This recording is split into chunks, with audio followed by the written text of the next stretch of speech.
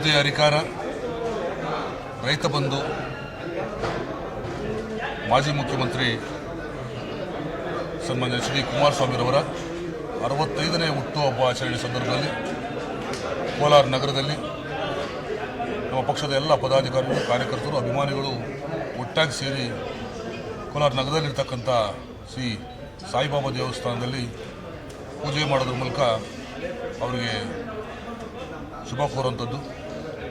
ಜೊತೆಗೆ ಬೆಳಗ್ಗೆಯಿಂದ ದೇವರಿಗೆ ಅಭಿಷೇಕ, ಪೂಜಾ ಕೈಕರ್ಯಗಳು ಮಾಡಿ ಎಲ್ಲರೂ ಕೂಡ ಅವರಿಗೆ ಆರೋಗ್ಯ, ಆಯುಷು ಮತ್ತು ಉತ್ತಮವಾದಂಥ ಆಡಳಿತ ನೀಡುವ ನಿಟ್ಟಿನಲ್ಲಿ ಮುಂದಿನ ದಿನಗಳಲ್ಲಿ ಅವರ ಭವಿಷ್ಯ ಉಜ್ವಲವಾಗಿರಲಿ ಅಂತೇಳಿ ದೇವರಲ್ಲಿ ಪ್ರಾರ್ಥನೆ ಮಾಡಿದ್ದೀವಿ.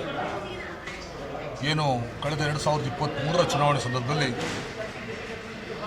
ಶಾಶ್ವತವಾದಂಥ ಒಂದು ರಾಜ್ಯದ ಅಭಿವೃದ್ಧಿಯ ಒಂದು ಕಾರ್ಯಕ್ರಮಗಳು ಪಂಚರತ್ನ ಮೂಲಕ ತಗೊಂಡಿದ್ದರು. ಅದಕ್ಕೆ ಜನತೆ ಸರಿಯಾದ ರೀತಿಯಲ್ಲಿ ಬೆಂಬಲ ಸಿಗದೆ ಕಾಂಗ್ರೆಸ್ನ ಏನು ಸುಳ್ಳು ಭರವಸೆಗಳು, 5 ಯೋಜನೆಗಳು, ಭಾಗ್ಯಗಳೇನೋ ಅನ್ನೋ ಒಂದು ಸ್ಕೀಮ್ ತಂದಿದ್ದರು.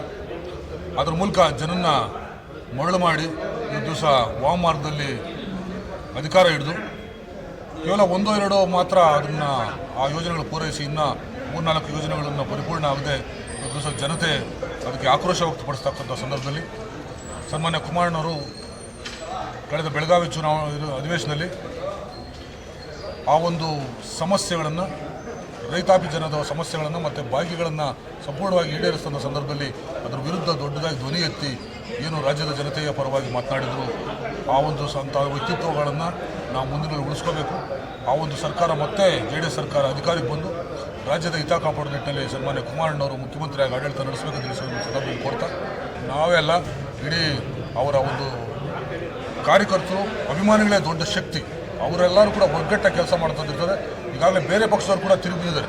ಇವತ್ತು ಯೋಜನೆಗಳಿಂದ ಬೇಸತ್ತು ಜನಕ್ಕೆ ಕುಮಾರಣ್ಣರ ಸರ್ಕಾರ ಮತ್ತು JDS ಸರ್ಕಾರ ಬೆಂಬಲಿಸಬೇಕು. ಅದರ ಮೂಲಕ ಒಂದು ಶಾಶ್ವತವಾದಂಥ ಒಂದು ಸಮಸ್ಯೆಗಳನ್ನು ಪರಿಹಾರ ಕಂಡುಕೊಳ್ಳೋ ನಿಟ್ಟಿನಲ್ಲಿ ಅವರು ವಿರೋಧ ಪ್ರಯತ್ನ ಇದೆ.